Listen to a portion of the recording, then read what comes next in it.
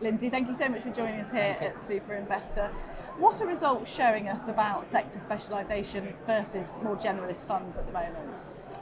Well, clearly we are fundamental believers in sector specialisation as a firm that is dedicated to the financial and business sector. I think that the results are increasingly showing that the performance driven by sector specialists is consistently stronger without necessarily and often less risk. And so I think that the results are proving out very clearly in the data. What would you put that down to, and what sectors would you say that particularly applies to?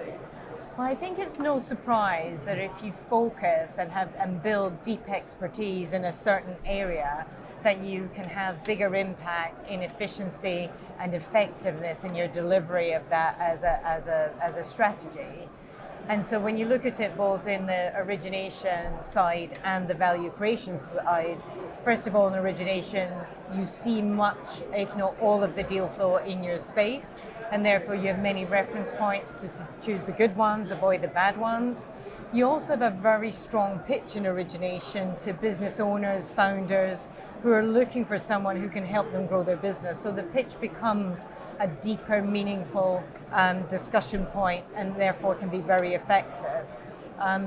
In addition, when you look at the value creation, there's a significant degree of repeatability to what you're doing. So while you're looking across a sector, there's a commonality of digital transformation and the use of modern techniques that can build a playbook and can have fast and meaningful impact. And I think both the origination and value creation then will build on itself for further origination. So I think it's the overall model that builds upon itself. And would you say that there are specific sectors that are particularly successful, perhaps in a climate like this where there is a fear of disruptors at the moment too? And I think you hit the nail on the head there with the disruption. It's not so much that overspoken disruption, but it is those sectors where there is clear structural change taking place. And where you've seen the biggest developments in sector specialism have been in those areas, in software and IT, in healthcare, and now in our own sector of financial services.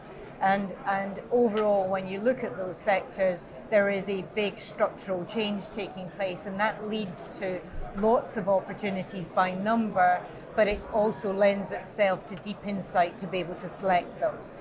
Is there a downside? From what you're saying, it's all very positive, but is there caution to be applied to? I think strategically from as a GP operating in the sector, I don't see a downside. I think from an LP's perspective, there is still a significant percentage of capital allocated to generalists. So as a GP, that's a downside. But I think that percentage is growing. I think there is a fear in certain sectors at the high level. There's a cyclical impact and you get more diversification from generalists.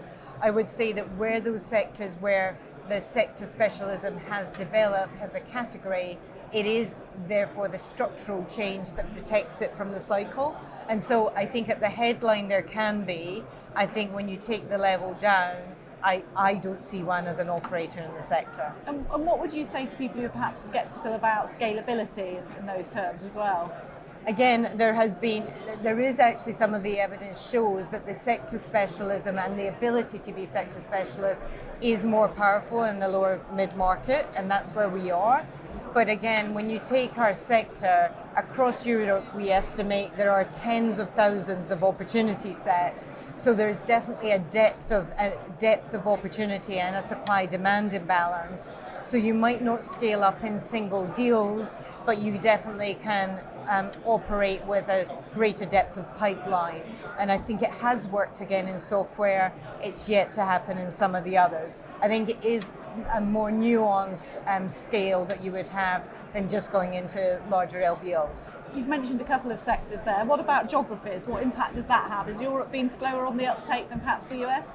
Certainly in capital allocation, it's been slower, and it's had more of a debate about regional and sectoral application of capital. So Europe has definitely been slower in the sector allocation. But I do think it is increasing.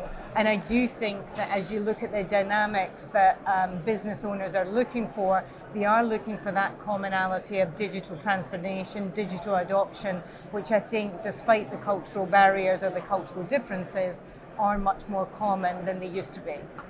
You talking about it in very optimistic terms, in very dynamic terms. You obviously see it as a great opportunity. Where do you see the greatest ones lying as we go into the 2020s?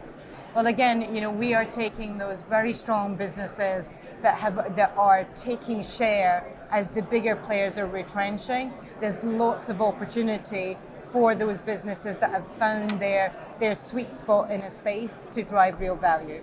Brilliant. Thanks so much for sharing your thoughts with us. Great to talk to you.